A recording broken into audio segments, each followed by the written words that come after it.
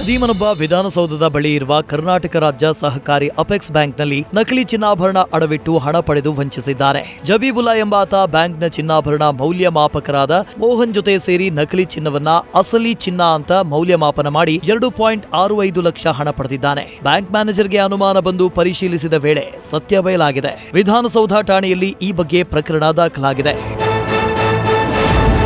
ಬೆಂಗಳೂರಿನ ಸಿವಿ ರಾಮನ್ ನಗರದ ಕಗ್ಗದಾಸಪುರ ಮುಖ್ಯ ರಸ್ತೆಯಲ್ಲಿ ವೇಗವಾಗಿ ಬಂದ ಕಾರು 2 ದ್ವಿಚಕ್ರ ವಾಹನಗಳಿಗೆ ಡಿಕ್ಕಿ ಹೊಡೆದಿದೆ. ಡಿಕ್ಕಿ ರಭಸಕ್ಕೆ ದ್ವಿಚಕ್ರ ವಾಹನ ಸವಾರ ಹಾರಿ ಬಿದ್ದಿದ್ದಾನೆ. ಈ ಡೆಡ್ಲಿ ಆಕ್ಸಿಡೆಂಟ್ನ ದೃಶ್ಯ ಕಾರೊಂದರ ಡ್ಯಾಶ್ ಕ್ಯಾಮೆರಾದಲ್ಲಿ ಸೆರೆಯಾಗಿದೆ.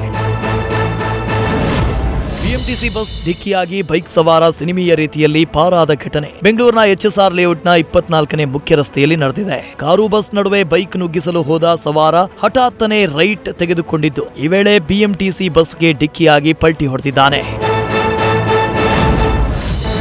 ಕೆಲ ದಿನಗಳ ಹಿಂದೆ ಬೆಂಗಳೂರಿನ ನಂದಿನಿ ಲೇಔಟ್ನಲ್ಲಿ ಆಟೋ ಮೇಲೆ ನಡೆದಿದ್ದು ಆಸಿಡ್ ದಾಳಿಯೇ ಎಂಬುದು ಫಾರೆನ್ಸಿಕ್ ಪರೀಕ್ಷೆಯಲ್ಲಿ ದೃಢವಾಗಿದೆ. ಕಾಂಗ್ರೆಸ್ ಕಾರ್ಯಕರ್ತ ಧನಂಜಯ್ ಅನ್ನೋರ ಆಟೋದ ಮೇಲೆ ಕಿಡಿಗೇಡಿಗಳು ಆಸಿಡ್ ಹಾಕಿರುವುದು ಸಿಸಿಟಿವಿಯಲ್ಲಿ ರೆಕಾರ್ಡ್ ಆಗಿತ್ತು. ಈ ಬಗ್ಗೆ ದೂರು ಪ್ರಕರಣ ದಾಖಲಿಸಿಕೊಂಡಿದ್ದ ಪೊಲೀಸರು ಫಾರೆನ್ಸಿಕ್ ಪರೀಕ್ಷೆ ಮೂಲಕ ಇದು ಆಸಿಡ್ ಅನ್ನೋ ಸತ್ಯ ಬಯಲಿಗೆಳೆದಿದ್ದಾರೆ.